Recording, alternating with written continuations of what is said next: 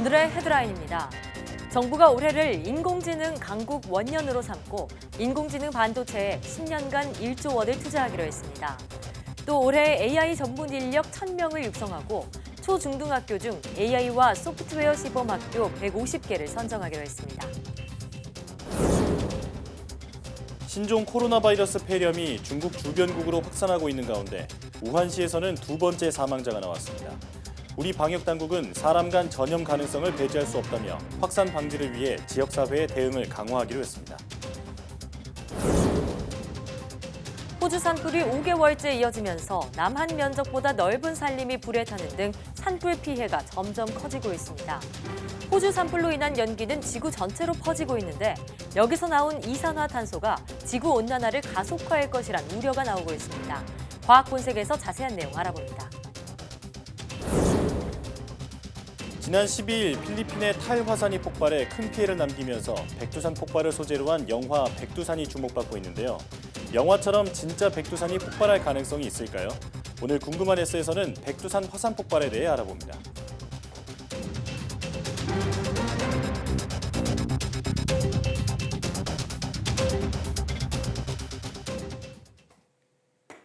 여러분 안녕하십니까? 사이언스 투데이입니다. 과학기술정보통신부는 새해 업무 보고에서 올 한 해 인공지능 및 소프트웨어 전문 인력 1,000여 명을 양성하기로 했습니다. 올해를 인공지능 강국으로 가는 원년으로 삼겠다면서 혁신 성장의 의지를 담았습니다. 이혜리 기자의 보도입니다. 올해 정부 부처 첫 대통령 업무 보고를 한 과학기술정보통신부. 정부가 혁신 성장을 위해선 무엇보다 과학기술의 역할이 중요하다고 판단했기 때문입니다. 과학기술과 정보통신의 힘으로 미래 먹거리를 확보하고 혁신적 포용국가 실현을 앞당겨야 합니다. 과학기술 강국, 인공지능 1등 국가가 그 기둥입니다. 혁신 성장의 주춧돌이 되는 건 DNA, 즉 데이터와 네트워크, 인공지능입니다. 특히 인공지능을 필두로 혁신 성장을 앞당기겠다는 겁니다. 우선 인공지능 대학원 등을 통해 올해 인재 1,000여 명을 양성하고 초중등 AI 소프트웨어 시범학교 150개를 선정하기로 했습니다. 인공지능 경쟁력의 핵심이 결국 인재인데 심각한 국내 AI 인력 부족 문제부터 해결하겠다는 겁니다. AI 핵심 기술인 차세대 지능형 반도체 기술 개발에도 본격 착수하고 3천억 원 규모의 AI 전용 펀드도 조성합니다. 지난 9일 국회를 통과한 데이터 3법의 효과를 키우기 위한 계획도 담겼습니다. 데이터의 안전한 활용과 융합을 촉진하겠습니다. 빅데이터 플랫폼 개방 확대 등으로 데이터 산업 규모를 10조 원까지 확대하고 5G 네트워크 고도화를 위해 망 투자에 대해선 새 공제를 해주는 등의 지원도 이뤄집니다. 과기정통부는 올해 국가연구개발 예산이 처음으로 24조 원을 돌파한 만큼 바이오 헬스 등 혁신 분야에 대한 전략적인 투자와 더불어 연구자 중심의 기초연구 지원 등 과학계 기초 체력을 다지는 일에도 주력해 나갈 계획입니다. YTN 사이언스 이혜리입니다. 종이처럼 구겨지는 디스플레이의 핵심 소재를 우리 연구진이 개발했습니다. 접히는 디스플레이의 난제였던 트랜지스터용 유연 소재를 개발한 건데 일본의 수출 규제 대상인 폴리이미드 소재의 국산화 가능성도 한 차원 높일 전망입니다. 이정우 기자입니다. 폴더블폰의 생명은 접는 구간이 얼마나 열과 화학 반응에 잘 견디는지에 달려 있습니다. 지금은 무기물 소재가 반도체 소재로 쓰이고 있지만 화면을 자유자재로 구부리려면 유연한 소재가 적합합니다. 국내 연구진이 접는 디스플레이에 적용할 수 있는 반도체 절연 소재를 개발했다고 발표했습니다. 절연성과 유연성, 내열성, 3박자를 동시에 갖췄다고 설명했습니다. 그 유연 소재를 사용하기 위해서 종이처럼 구부러짐에도 불구하고 절연 특성을 잘 유지하고 있고 그러면서 트랜지스터의 정기적 성능까지도 향상시킬 수 있는 물질입니다. 또한 상온에서 한 번 용액을 코팅하는 공정으로 절연 방막을 만들기 때문에 제조 공정도 단순화했다고 밝혔습니다. 이번에 개발한 절연 소재는 현재 OLED 디스플레이 패널 제조 공정뿐만 아니라 최근 인쇄 공정 기반의 유연 전자 소재 개발에도 활용할 수 있습니다.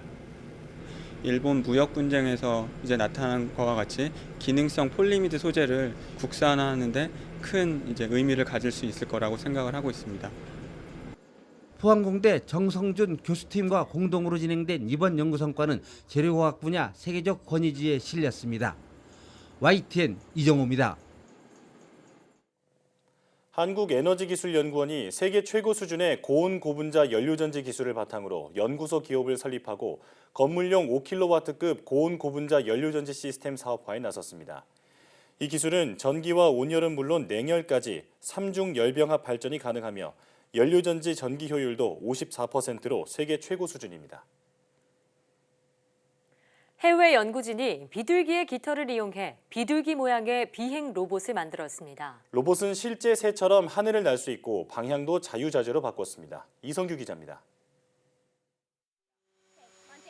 연구원이 비둘기 모양의 로봇을 손으로 힘껏 던집니다. 그러자 한 마리 비둘기처럼 창공을 날기 시작합니다. 지상에서 조종하는 대로 로봇은 유유히 비행하더니 사뿐히 착지합니다. 연구팀은 실제 비둘기의 날갯짓을 모방하기 위해 로봇에 비둘기 깃털 40개를 붙였습니다. 이 깃털들은 로봇의 인공 손목과 손가락에 연결돼 유연하게 오므려지고 펴집니다. So I have the wrist joints programmed to this knob symmetrically. So those will move together. And then the finger joints here, I can control independently with these sliders. 연구팀은 비둘기의 날개뼈 모양과 각도, 근육의 형태, 깃털의 움직임 등을 분석하고 이를 로봇 제작에 활용했습니다. 이렇게 만든 로봇은 비둘기와 크기가 비슷하고 무게는 280g으로 실제 비둘기보다 약간 가볍습니다. 비둘기의 날개 움직임을 본떠 로봇으로 만든 이번 연구는 항공 분야 등에 응용할 수 있다고 연구팀은 말했습니다. YTN 사이언스 이성규입니다. 중국 우한에서 집단 발병한 폐렴으로 인한 사망자가 또 발생했습니다. 중국이 사람 간 전염 가능성을 인정한 가운데 다음 주에는 춘제 연휴를 맞은 중국인들이 대거 해외로 나갈 것으로 보여 불안감이 커지고 있습니다. 보도에 이종수 기자입니다. 중국 중부 후베이성 우한에서 지난 15일 신종 코로나 바이러스로 인한 폐렴으로 69살 남성이 숨졌다고 일본 교도통신이 보도했습니다. 우한에서 발생한 신종 코로나 바이러스 폐렴으로 인한 두 번째 사망자입니다. 중국 당국이 지난 15일 기준으로 41명이 호흡기 질환 진단을 받았고 이 가운데 5명은 중태라고 밝혀 추가 사망자가 나올 가능성도 배제할 수 없습니다. 우한에서 확산한 신형 코로나 바이러스 폐렴 환자가 일본에서도 어제 처음으로 확인됐습니다.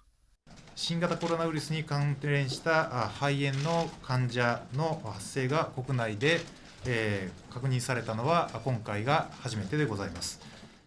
일본 보건당국은 30대 중국 국적의 남성인 이 환자가 우한 현지에서 폐렴 환자와 접촉했을 가능성이 큰 것으로 보고 전파 경로를 조사하고 있습니다. 싱가포르에서는 우한을 여행했던 69살 싱가포르 남성이 폐렴 진단을 받으면서 세 번째 의심 환자가 나왔습니다. 지난 8일에는 태국 방콕에 여행 갔던 60대 중국 여성이 우한 폐렴에 걸린 사실이 확인됐습니다. 이처럼 여러 주변국에서 우한 폐렴 환자가 발생하자 중국은 국제사회와 긴밀히 소통하고 있다며 불안을 덜려 노력하고 있습니다. 中美已经签署了第一阶段的经贸协议，我想当务之急是双方要共同努力，秉持平等和相互尊重的原则，严格遵守协议约定。 하지만 중국 당국이 신형 코로나 바이러스의 사람 간 전파 가능성을 배제할 수 없다고 밝힌 가운데 다음 주 춘제 연휴를 맞아 수백만 명의 중국인들이 해외로 나갈 것으로 보여 관련국들의 우려는 커질 수밖에 없습니다. YTN 이종수입니다. 질병관리본부는 세계보건기구 WHO가 신종 코로나 바이러스의 사람 간 전파 가능성을 배제하기 어렵다고 밝힘에 따라 확산 방지를 위한 지역사회 대응을 강화하기로 했습니다. 특히 중국의 춘제 연휴를 맞아 바이러스 감염자가 국내로 유입될 위험이 커지고 있어 지자체와 의료계가 협력해 환자 감시와 관리를 강화할 계획입니다. 특히 중국 우한시 방문자 중 14일 이내에 발열과 호흡기 이상 증상을 보이는 환자에 대해선 신속한 사례 분류와 진단 검사를 시행할 예정입니다. 각 시도는 설 연휴 비상방역 체계를 가동하고 질병관리본부는 검사법을 시도 보건환경연구원에 이관해 신속한 검사가 가능하도록 했습니다. 질병관리본부는 중국 우한시를 방문하고 귀국한 뒤 14일 이내에 37.5도 이상의 고열과 폐렴 등의 증상이 보이면 보건당국에 신고해달라고 요청했습니다. 다가오는 설 연휴에는 A형 간염과 독감, 노로바이러스 감염증 등에 주의해야 합니다. 중국 우한시를 방문할 경우에는 야생동물이나 폐렴 증상 환자와 접촉하지 말아야 합니다. 질병관리본부는 설 연휴 기간 감염병을 예방하기 위해 손 씻기와 기침 예절 지키기, 안전한 물과 음식 섭취하기 등 예방 수칙을 준수해달라고 당부했습니다. 해외여행 전에는 해외 감염병 나우 누리집을 참조해 여행지의 감염병 발생 상황과 예방접종 등 필요한 조치를 사전에 취해야 합니다. 독일 베를린 대학병원 바이러스학 연구소가 신종 코로나 바이러스에 의한 폐렴 진단법을 최초로 개발했습니다. 연구소의 크리스티안 드로스텐 소장은 새 진단법으로 상당히 짧은 시간 안에 바이러스를 확인할 수 있다고 밝혔다고 AP통신이 전했습니다. 다만 지금은 바이러스의 DNA 염기 서열을 분석해 유전체를 해석하는 과정이 필요한 만큼 규모가 크고 장비가 잘 갖추어진 임상검사실에서만 검사가 가능합니다. 연구소 측은 이번에 개발된 진단법은 세계보건기구와 협조하에 활용할 수 있으며 연구팀에 환자의 샘플에 적용할 수 있는 분자를 주문할 수 있다고 밝혔습니다.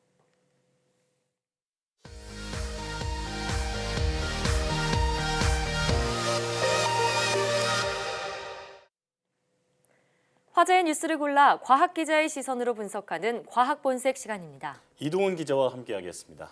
안녕하세요. 어서오세요. 오늘은 어떤 이야기 나눠볼까요? 네, 호주 남동부에서 일어난 최악의 산불 소식 저희도 네. 자주 전해드렸는데요. 지난해 9월에 시작이 됐는데 벌써 해를 넘겨서 5개월째 이어지고 있습니다. 네, 정말 소방관을 포함해서 20명 이상의 사망자도 나오고요. 야생동물까지 큰 피해를 입고 있죠. 네, 맞습니다. 갈수록 피해는 늘어나고 있는데요. 지금까지 화재의 피해를 입은 지역이 1,100만 헥타르에 달한다고 합니다. 네. 남한의 면적이 1,003만 헥타르에 조금 못 미치는 정도니까 우리나라보다도 더 넓은 범위가 이 불에 탔다 이렇게 볼 수 있는 거죠. 네, 우리나라 땅이 다 타버렸다고 생각을 하면 정말 네. 끔찍한데요. 예. 정말 말 그대로 최악의 산불인데 왜 이렇게까지 산불이 커진 건가요? 우선 호주는 전 세계에서 사람이 사는 지역 중에 가장 건조한 지역으로 꼽힙니다. 그렇군요. 그런데 여기에 가뭄까지 겹치면서 산불이 걷잡을 수 없이 번진 건데요. 네. 심지어 이 호주 남동부의 경우는 지난해에 40도를 오르내리는 불볕더위가 이어졌다고 합니다. 여기에다가 또 시속 30에서 40km에 달하는 강풍이 불면서 진화에 큰 어려움을 겪은 것이 이렇게 산불이 커지게 된 이유인데요. 네. 그리고 이번 호주 산불에서는 곳곳에서 이 화염 토네이도라는 현상이 관찰이 됐습니다. 네. 이런 것도 이 불씨를 퍼뜨리는 원인 중에 하나로 꼽히죠. 예, 그러니까 이상고온과 가뭄 그리고 강풍이 산불의 원인인데 네. 말씀하신 화염 토네이도는 어떤 현상인가요? 네, 이 화염 토네이도라는 게 쉽게 말해서 불꽃이 하늘로 치솟는 그런 현상입니다. 네. 이 뜨거운 공기에다가 먼지 또 주변 물체들까지 한꺼번에 소용돌이 치는 현상인데요. 실제로 이걸 보고 파이어 데블, 그러니까 화마, 말 그대로 화마라고 그러네요. 부르기도 한다고 합니다. 예. 우선 이 원리를 좀 보자면 공기가 더워지면 위로 올라가게 되죠. 그러면 이 공기가 점점 더 뜨겁고 건조해지다가 서서히 회전을 하게 됩니다. 예. 이때 바깥쪽보다 안쪽이 더 빨리 돌게 되는데요. 주변에 있는 공기가 그러면 점점 중심으로 빨려 들어가게 되겠죠. 네. 그러면서 안쪽 공기는 점점 더 빨리 돌고 더 위로 올라가게 됩니다. 토네이도처럼요. 네, 그렇죠. 이때 산불이 나 있는 상태라면 여기에 불꽃까지 소용돌이가 빨아들이게 되는데요. 이렇게 만들어지는 게 화염 토네이도입니다. 예. 보통 이 대규모 산불이 나면 화염 토네이도가 자주 관찰이 되는데 최대 시속이 거의 200km까지 예. 나오고요. 또 중심부 온도는 1000도 안팎까지 올라갑니다. 높이도 보통 10에서 50m까지 다양하게 발생하는데 수백 미터에 이르는 아주 거대한 화염 토네이도가 관찰된 적도 있다고 합니다. 네. 대부분은 이 10분에서 20분 정도로 수명은 짧은 편인데요. 강풍이 휘몰아치다가 사라지지만 한 번 생기면 아주 큰 피해를 가져올 수 있죠. 네. 그러네요. 이 영화나 게임에서 보던 그 불기둥이 실제로 존재하는 그러네요. 거였거든요. 네, 그렇죠. 그런데 이런 화염 토네이도가 실제로 생기면 그 불꽃에다가 바람을 불어주는 것처럼 네. 더 큰 피해를 확산을 할 수 있을 것 같아요. 맞습니다. 이 말씀하신 것처럼 강풍을 동반하기 때문에 산불 확산에는 아주 치명적인 영향을 주게 됩니다. 예. 이렇게 화염으로 인한 열기가 대기 중으로 높이 올라가게 되면 이 화염 토네이도 말고도 또 다른 현상이 또 발생을 하는데 화재 폭풍이라고 불리는 겁니다. 네. 이 뜨거워진 공기가 상층부로 올라가면 차가운 공기를 만나게 되고 그러면 냉각이 되면서 수직으로 커다란 구름이 생기게 됩니다. 우리가 정란운이라고 부르는데 예. 산불 정란운이 생기면 번개는 치지만 비는 내리지가 않습니다. 아, 네. 그러다 보니까 마른 번개가 수시로 치면서 다른 곳에다가 다른 또 이 불씨를 놓게 되는 셈이 되는 거죠. 그렇군요. 그러면 여기서 또 다른 산불이 시작이 되고 그러면 여기서 또 화염 토네이도가 발생하면서 정란운을 키우는 그런 악순환이 반복이 되는 겁니다. 네, 진짜 악순환이라는 표현이 딱 맞다는 생각이 네. 드는데요. 근데 이렇게 대규모 산불이 발생하면 연기 또한 엄청나게 또 나타나잖아요. 네. 근데 이 연기가 지구 반바퀴를 돌아서 칠레까지 도달했다 이런 기사를 접했는데 네. 심지어 우주에서도 연기가 보일 정도라고요. 맞습니다. 얼마 전에 미 항공우주국 나사가 이 위성 영상을 공개를 했습니다. 예. 이 호주 산불에서 나온 연기가 지구 전체로 퍼지는 이 과정을 포착을 한 건데요. 예. 영상을 보면 이 쉽게 저희가 파악하기는 조금 힘들긴 한데 이제 분석을 해보자면 예. 3일쯤에 연기가 호주와 뉴질랜드 사이에 있는 바다를 넘어서 태평양까지 퍼졌습니다. 그리고 8일을 기준으로 남미 대륙까지 도달했다 이렇게 나타났는데 이렇게 되면 결국 이 연기가 지구 한 바퀴를 돌아서 다시 호주로 돌아올 것이다 이렇게 나사는 지금 분석을 하고 있습니다. 네. 공기나 하늘은 영역이 없잖아요. 네. 그렇죠. 호주 산불로 인한 연기가 전 지구적인 영향을 준다고 보면 되겠네요. 예. 네, 그렇죠. 뭐 더 큰 문제는 이 연기와 함께 배출되는 이산화탄소입니다. 아, 예. 이 지금까지 분석 결과를 보면 호주 산불로 인해 배출된 이산화탄소가 적어도 4억 톤 정도 된다고 하는데 네. 호주의 한 해 이산화탄소 배출량이 3억 4천만 톤 정도입니다. 그러니까 이 산불 한 번으로 인한 배출량이 연간 이산화탄소 배출량을 훌쩍 넘은 넘었네요. 거죠. 그렇네요. 그렇죠. 이렇게 나온 이산화탄소가 결국 이 지구 온난화에도 악영향을 주게 되고요. 네. 지구 온난화가 가속화되면 산불의 빈도는 더 늘어나게 되고 강도도 더 심해지게 됩니다. 이것 또한 어떤 악순환이 반복되게 되는 거죠. 네. 거기다가 이산화탄소는 보통 나무가 빨아들여서 정화를 하게 되는데 그렇죠. 이 산불로 산림이 다 타버리면서 이 회복되는데 시간이 굉장히 오래 걸리게 됩니다. 그래서 이것 또한 이 지구 온난화를 가속화하는 원인으로 꼽힙니다. 그렇군요. 실제로 전문가들이 이번 호주 산불로 배출된 이산화탄소를 산림이 다시 흡수하려면 한 100년 정도가 걸릴 것이다. 이렇게 추정을 한 세기가 하고. 걸리는 거예요. 네, 그렇죠. 이 기후 변화로 인한 산불이 또다시 기후 변화를 촉진시킬 수 있다 네. 이런 말씀인데 호주만의 문제가 아니라 전 지구적인 문제로 인식하고 대처를 해야겠습니다. 네.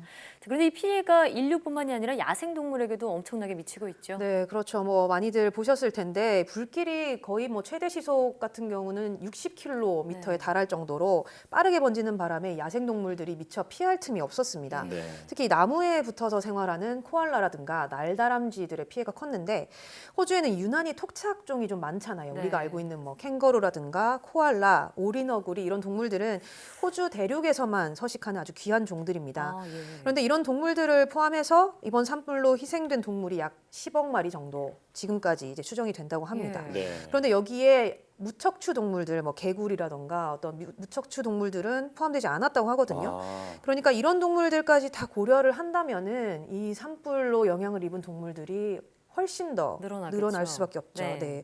그리고 또 다행히 이번 산불에서 살아남았다고 하더라도 이 동물들의 서식지가 대부분 파괴가 다 됐기 때문에 앞으로도 더 문제입니다. 네.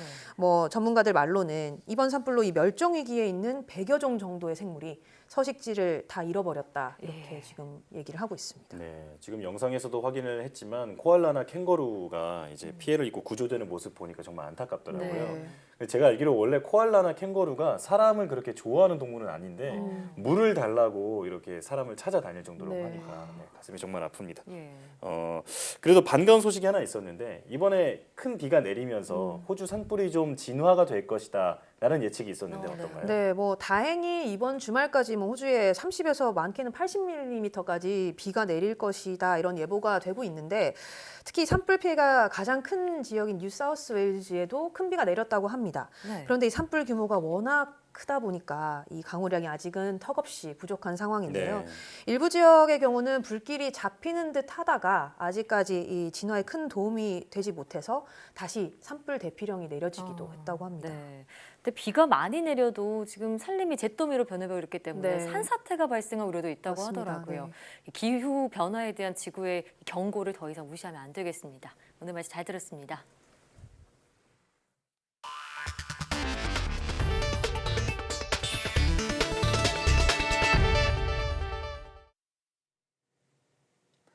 유산이나 자궁 외 임신 후에도 외상 후 스트레스 장애가 올 수 있다는 연구 결과가 나왔습니다. 영국 임페리얼 칼리지 런던 연구팀은 유산이나 자궁 외 임신을 겪은 여성의 약 30%에서 외상 후 스트레스 장애 증상이 나타났다고 밝혔습니다.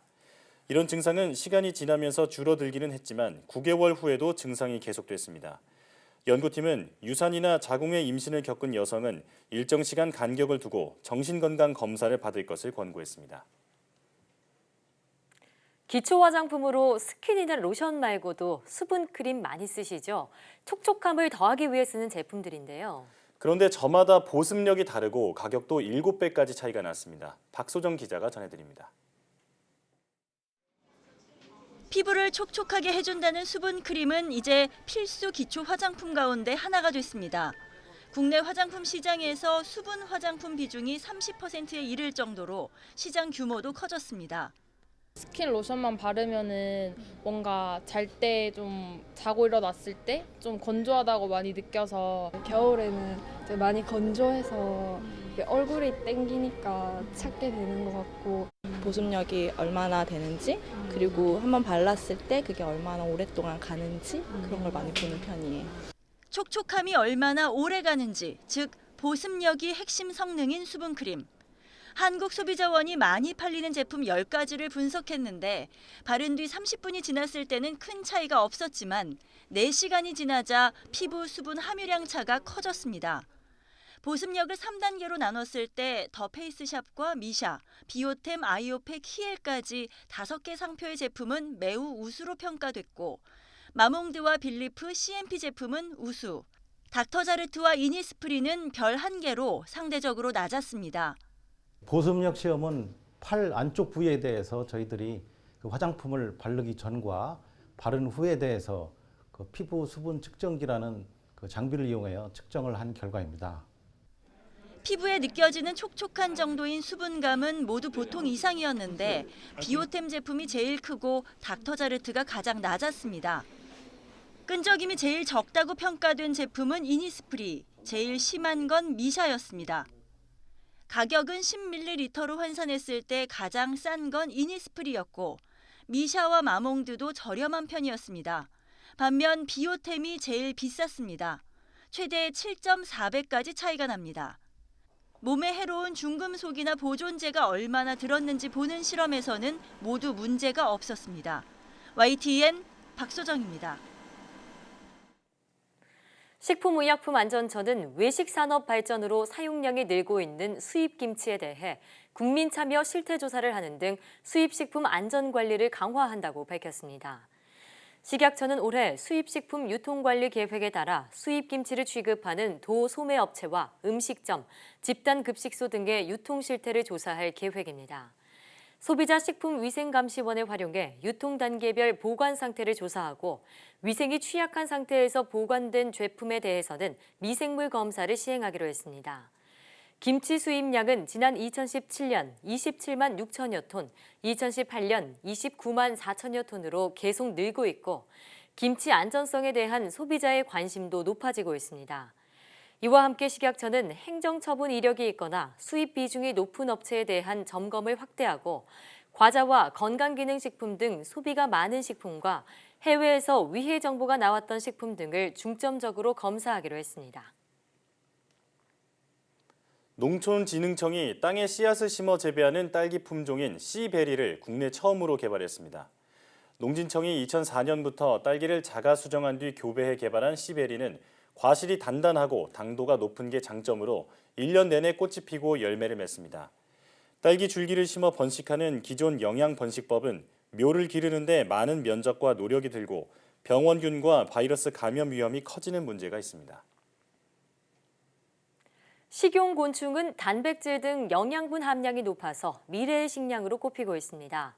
최근 국내에서 또 한 가지 곤충이 식용으로 등록됐는데요. 바로 아메리카 왕거절이 유충인데 보기는 좀 징그러워도 식품 재료로 손색 없다고 합니다. 김학무 기자입니다. 아주 많은 수의 애벌레가 꿈틀거리는 모습이 징그럽기까지 합니다.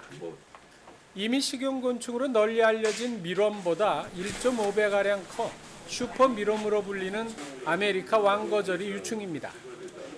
이 벌레는 유럽과 남미, 중국, 태국 등지에서 이미 통조림이나 초콜릿, 요리 등에 이용하는 식용곤충. 최근 영양학적 가치와 제조기술, 독성 평가 등을 거쳐 국내 식품 원료로 식약처에 등록됐습니다. 고소해로 불리는 미럼과 꽃뱅이, 장수풍뎅이, 귀뚜라미 등에 이어 국내 8번째 식용곤충입니다. 그 건강 음료 만드는 공장들이나 암에 걸리신 분들이 저한테 이제 직접 의뢰를 하시는 분들도 계시고 그쪽 사업을 관심 있어 하시는 분들이 이제 연락을 많이 주십니다. 국내 곤충 시장은 최근 10년간 12배나 성장해 올해 2조 원을 넘을 것으로 예상합니다. 애완용이나 학습용 위주이던 곤충 시장이 식품 원료로 영역이 넓어지는 데 따른 겁니다. 가공 기술이 개발되면서 과자류와 면류 등 다양한 곤충 식품이 등장하고 알약이나 분말, 환 형태의 건강기능성 식품으로도 활용됩니다. 식용곤충의 장점은 단백질 함량이 소나 돼지고기보다 2배 이상 높고 사육 과정에서 환경오염을 적게 일으킨다는 점입니다. 곤충의 기능성 연구 부분하고요. 표준화하는 작업을 할 거고요. 그리고 소비자 인식 개선을 위해서 적극적인 홍보를 통해서 영양 성분이 풍부하면서 환경오염 걱정이 없는 곤충이 조만간 식품 산업을 이끌 것으로 보입니다. YTN 김학무입니다.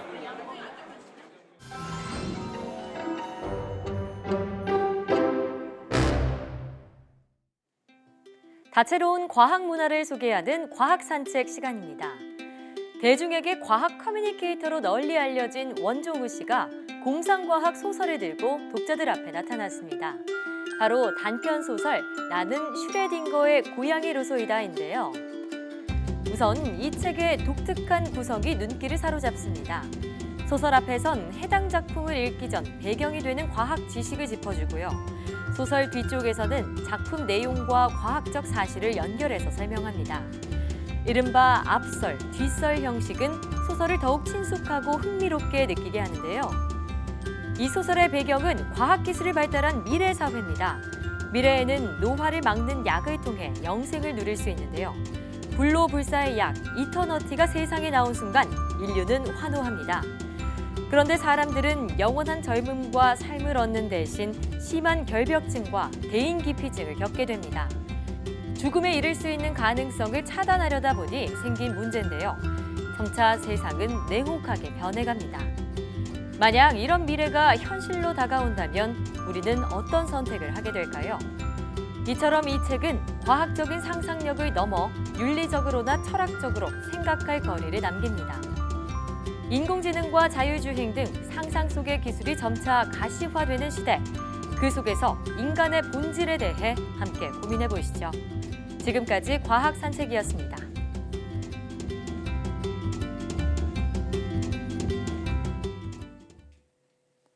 예년보다 포근한 겨울 날씨가 이어지고 있습니다. 그래서인지 봄의 전령 복수초가 무려 한 달이나 일찍 모습을 드러냈는데요. 1월 개화는 관측일에 5번 있었는데 올해는 역대 3번째로 빨랐습니다. 정혜윤 기자가 보도합니다. 하얀 눈을 뚫고 황금빛의 작은 꽃이 피어납니다. 행운과 장수를 의미하는 이름을 지닌 야생화, 복수초입니다. 늦은 겨울이나 이른 봄, 눈과 추위 속에서 가장 먼저 꽃을 피우기 때문에 봄의 전령사로 불립니다. 보통 2월 12일을 전후에 선을 보이던 서울 홍릉숲의 복수초. 그런데 올해는 무려 한 달이나 일찍 모습을 드러냈습니다. 복수초는 개화 직전 20일간의 기온 영향을 가장 많이 받는데 예년보다 포근한 날씨가 이어지면서 복수초가 시기를 착각한 겁니다. 지난해 우리나라는 2016년 이후 역대 2번째로 더운 해였습니다.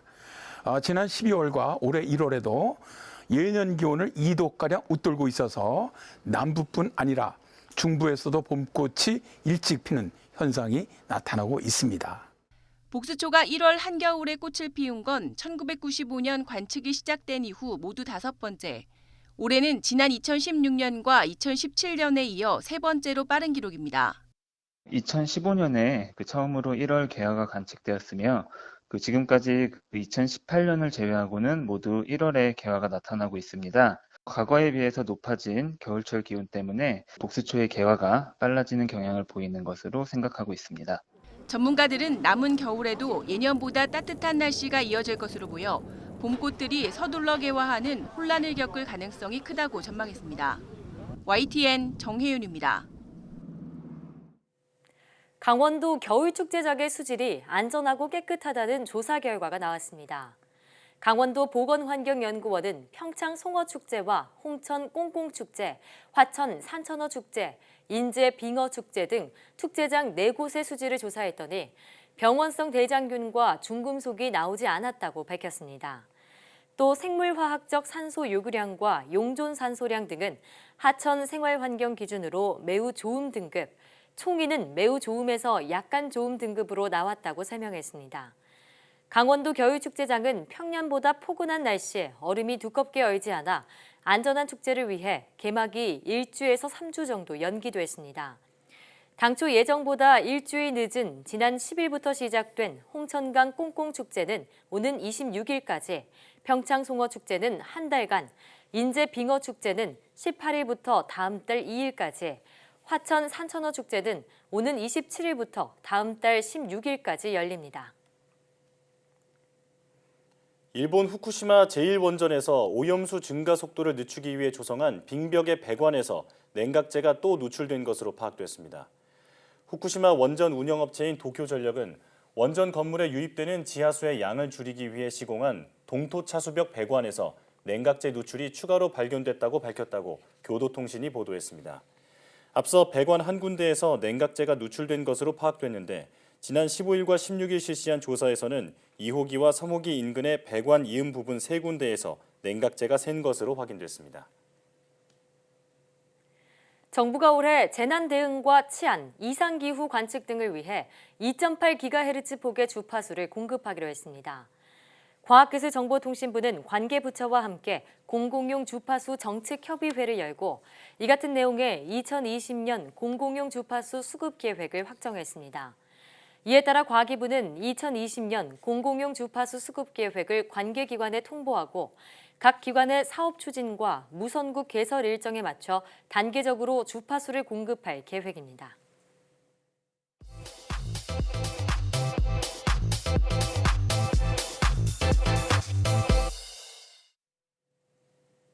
과학에 대한 모든 궁금증을 풀어주는 궁금한 S 시간입니다. 지난 12일 필리핀 탈 화산이 갑자기 폭발하면서 항공기가 중단되고 수천 명이 대피하는 등 여러 피해가 발생했습니다. 국내에서도 백두산 폭발의 가능성이 제기되고 있는 만큼 불안감이 커지고 있는데요. 우리나라는 화산 폭발의 위험성에 안전한 것일까요? 지금 바로 화면으로 만나보시죠. 안녕하세요. 과학의 모든 궁금증을 해결하는 궁금한 S의 이호종입니다. 궁금한 S와 함께할 오늘의 이야기 만나볼게요. 얼마 전 꽤 큰 기대를 한 몸에 받았던 영화 한 편이 개봉했습니다. 영화 백두산이 바로 그 영화인데요. 줄거리를 간단히 소개하자면 한반도에서 가장 높은 산으로 약 1000년간 잠들었던 화산인 백두산이 폭발한 내용을 담고 있습니다. 서울의 빌딩이 흔들리고 도로가 주저앉는 갑작스러운 재난에 한반도는 순식간에 아비규환이 되는데요. 하지만 이것이 끝이 아니라 한반도 전체를 초토화시킬 추가 폭발이 예측되며 마지막 화산 폭발을 막기 위해 고군분투하는 사람들의 이야기를 담고 있습니다. 그런데 여러분, 영화처럼 진짜 백두산이 폭발할 가능성이 있을까요? 우선 백두산에 대해 알아볼게요. 백두산은 한국에서 아주 특별한 산입니다. 자연적으로는 한반도에서 가장 높고 전 세계에서 가장 높은 곳에 있는 칼데라 호수인 천지가 존재합니다. 백두산은 단어 뜻 그대로 머리가 하얀 화산이라고 일컬어지고 있는데요. 그런데 민족의 영산이라고도 불리는 이 백두산이 최근 또다시 폭발할지도 모른다는 우려가 제기되고 있습니다. 11,700년 전부터 현재에 해당하는 지지시대인 홀로세시기 안쪽으로 분화 기록이 있다면 활화산으로 분류되는데 백두산은 이에 해당하는 활화산입니다. 월드컵의 열기가 한창이었던 지난 2002년에는 이런 일도 있었습니다. 백두산 인근 땅속 500에서 600km에서 규모 7.3의 지진이 발생했는데요. 화산 아래 서울시 면적의 2배만큼 되는 마그마 방에서 마그마가 부글부글 끓으면서 지각이 균열됐기 때문이라는 분석이었습니다. 마그마 방이란 지하에 상당히 많은 양의 마그마가 괴어있는 곳을 말하는데요. 화산을 분화하기까지 이 마그마 방에서 마그마가 성장과 안정기를 교차해가면서 자라나게 되는 것이죠. 사람이 보는 마그마는 지하에서 지표로 나오게 되면 그 이름이 바뀌게 되는데 이렇게 액체로 나오게 되면 용암이라고 하고 고체라고 하면 화산재, 화산자갈 등으로 불리게 되고 기체 상태로 나오면 화산가스라고 불리게 되는 것이죠. 그렇다면 지금까지 잠잠하게 잠들어 있던 백두산이 갑자기 분화한다면 한반도와 지구에는 어떤 영향을 끼치게 될까요? 현재 지질학자들은 백두산 아래에 2개에서 4개 사이에 마그마방이 존재할 것으로 예측하는데요. 이로써 예측 가능한 폭발 수준을 산출할 수 있습니다. 그 규모는 약 Volcanic Explosivity Index 7, VEI7이라고 하는 화산 폭발 지수 7만큼의 규모로 산정하고 시뮬레이션하고 있는데요. 이에 따르면 화산 용암의 피해는 백두산으로부터 최대 반경 약 15km, 다음으로 화산탄 등 공중으로 날아다니는 돌덩이인 화성 쇠설류에 의한 피해는 반경 약 60km, 마지막으로 화산재 등 대기권으로 흩뿌려지는 진흙더미인 화산 이류에 의한 피해는 반경 약 180km까지 영향을 줄 것으로 보고 있습니다. 시기적으로 백두산 폭발이 언제 일어났는지에 따라 영향이 달라질 수도 있는데요. 가령 4월에서 6월 사이에는 바람의 영향으로 화산재가 우리나라로 내려올 수 있습니다.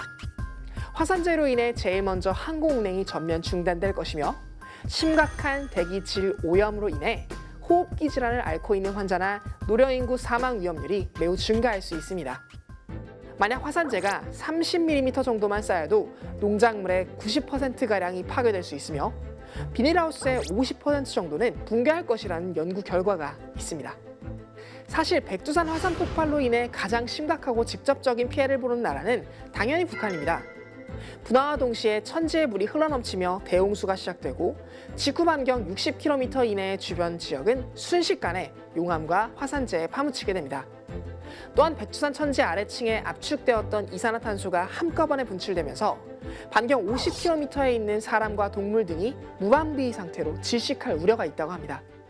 도로와 댐, 전기 등 모든 것은 마비되고 화산 폭발 그 이후엔 상당한 생태계 변화가 나타나겠죠. 이런 백두산 폭발은 단순히 한반도의 재난으로 머물지 않을 가능성이 있는데요. VEI7이라는 막강한 규모로 백두산이 폭발하게 되면 화산에서 발생한 아황산 가스가 성층권까지 올라갈 가능성이 있습니다. 이는 태양으로부터 오는 복사 에너지, 즉 태양빛을 대부분 차폐하게 됩니다. 이처럼 백두산 화산 폭발은 우리나라에 대규모로 자연재해를 미치는 것은 물론 전 세계적인 기후변화를 끌어낼 수도 있는 무섭고 두려운 자연재해가 될 가능성이 있다고 몇몇 과학자들은 염려하고 있습니다. 그렇다면 우리는 백두산 폭발을 예측 그리고 대비할 수 있을까요? 이러한 일들을 합리적으로 추론해보고 이에 대해 대비하기 위해 국민안전처 화산대응 시스템이라는 체계가 오늘날 우리에게는 존재하고 있습니다. 화산섬 지진이 급증하거나 지진의 규모가 커지거나 지표면의 변형 등 여러 가지 자료를 종합해서 화산체 밑에 마그마가 현재 몇 킬로미터까지 밑에 와 있고 속도는 어떤지, 그래서 언제쯤 분화가 가능할지 예측할 수 있는 기준을 가지고 있다고 합니다. 다만 마그마가 밑에서부터 천천히 징후를 나타내면 어느 정도 예측이 가능할 텐데 갑자기 쑥 올라와 버리면 전조 증상에 대한 확인과 대비하는 시간이 부족해져 속수문책 당할 수 있다고 전문가들은 이야기하고 있습니다. 그러나 이러한 특수한 사례를 제외하면 여러 다양한 장비들을 활용해 화산 폭발의 전조 현상을 모니터링하고 이러한 위험으로부터 발생하는 피해를 최소화하기 위해서 밤낮 가리지 않고 노력하고 있다고 하니 너무 걱정하지 않아도 되겠죠? 오늘은 만약 백두산 화산 폭발이 일어난다면 이라는 주제를 가지고 여러 이야기를 나눠봤는데요.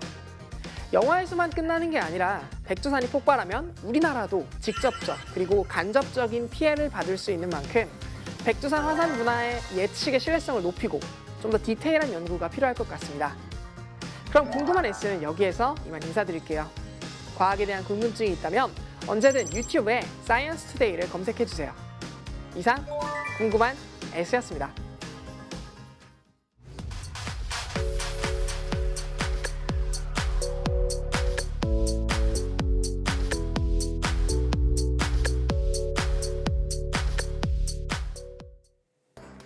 지구온난화로 산불의 위험에 노출된 곳은 호주뿐만이 아닙니다. 시베리아 지역에서도 기후변화로 매년 대형 산불이 발생하고 있는데요. 문제는 이 산불이 우리나라에도 영향을 미친다는 겁니다. 시베리아가 한반도와 가까워서 산불이 나면 며칠 뒤 대전 지역의 초미세먼지 농도가 높아진다는 연구 결과가 있는데요. 세계 곳곳에서 발생하고 있는 산불, 더는 한 국가의 문제가 아닙니다. 인류가 촉발한 기후변화를 멈추기 위한 노력에 모두가 나서야 할 때입니다. 사이언스 투데이, 오늘 저희가 준비한 소식은 여기까지입니다. 함께해 주신 여러분 고맙습니다.